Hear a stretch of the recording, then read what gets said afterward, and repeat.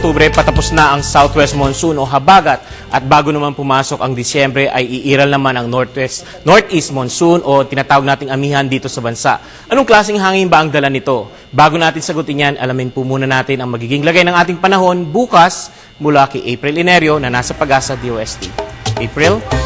Salamat Prof. Edmond sa ating balita. Bahagyang humina itong si Bagyong Nina habang patuloy na nananalasa sa Philippine Sea. Alas 4 ng hapon namata ng sentro ng bagyo sa layong 710 kilometers sa hilagan-silangan ng Itbay at Batanes. Taglay na nito ang lakas ng hangin na 100 kilometro kada oras malapit sa gitna at pagbugsong abot ng 130 kilometers per hour. Patuloy pa rin po ang mabagal na pagkilos ito pahilagang kanluran sa bilis na 5 kilometro kada oras.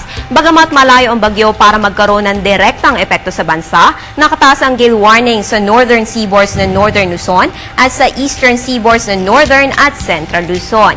Kaya't pinapaalalahanan po ang mga mangingisda katulad niyang sa mga probinsya ng Batanes, Cagayan, Isabela at Aurora na huwag po muna kayong pumalaot dahil sa malalaking alon na dulot ng bagyo. Ayon naman kay Pag-asa weather forecaster Jory Lois, kung bibilis pa itong si Bagyong Nina, ay maaga rin po siyang lalabas ng ating PAR. Pero sa ngayon, ayon sa estimate ng Pag-asa, inaasahan na sa Thursday or Friday pa lalabas ng area of responsibility ng bansa itong si Bagyong Nina. Samantala sa magiging lagay na panahon natin ngayong araw, simple lang po ang buong bansa ay makaranas lamang ng mga dagliang pag-ulan o pagkidlat, pagkulog.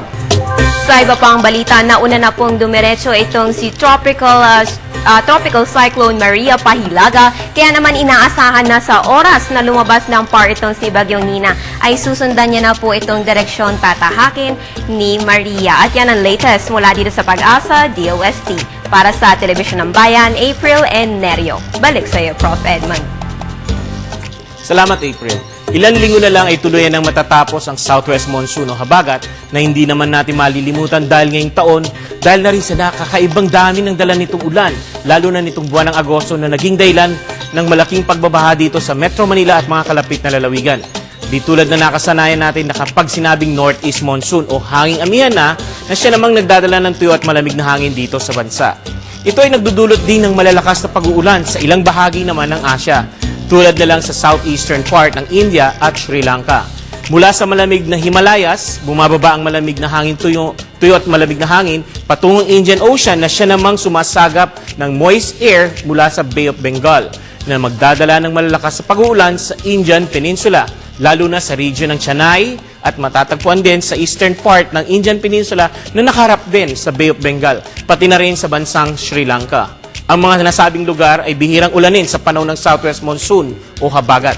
Kaya't pagdating ng northeast monsoon o hanging amihan, dito sila nakakapagtala ng matataas na rainfall na siya namang nagiging dahilan para sila ay bahain.